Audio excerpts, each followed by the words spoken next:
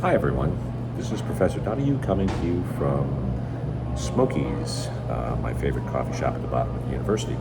I've been reading a book by an economist by the name of Professor Mariana Mazzucato. It's called Mission Economy. It just was published about a month and a half ago in the United Kingdom. Very interesting book, and Professor Mazzucato is a well-known economist. She wrote The Value of Everything a couple of years ago. It was a bestseller, and she teaches at the University College of London. And she has the ear, she's not some knockabout economist, she has the ear of a lot of policymakers, particularly in the EU.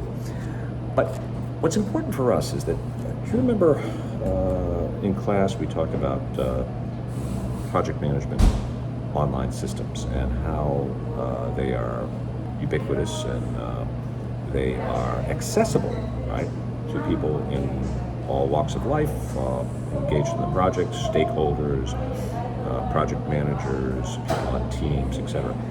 And in addition to coordination, these systems allow unprecedented potential level of transparency. And one of the issues we discussed was how much insight should stakeholders, not close-in stakeholders, but rather the general public, various communities within the general public, government, regulators, or the press, journalists, public interest groups of various types, how much access should they have to these online project management systems? Would that be useful? Would that create problems in the overall project management? And some of you may have thought, well, that's kind of an interesting issue that only people like you think about. Professor Donahue, no one else cares. Well, guess what?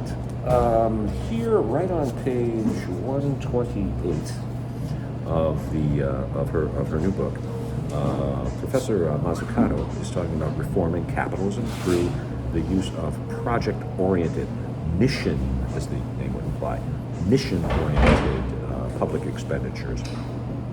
Not the sort of a traditional sort of Keynesian approach, but rather an enhanced form of public-private partnership with the government as the financier of first resort, not last resort.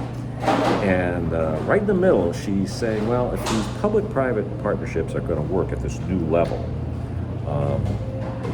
she says, making real-time data publicly available to help create a sense of urgency, acknowledge achievement, and encourage motivation about progress is part of what's necessary. In other words, the type of transparency that we discussed in class, and may have seemed a bit far-fetched at the time, is something that policymakers are now going to be thinking about if they weren't already.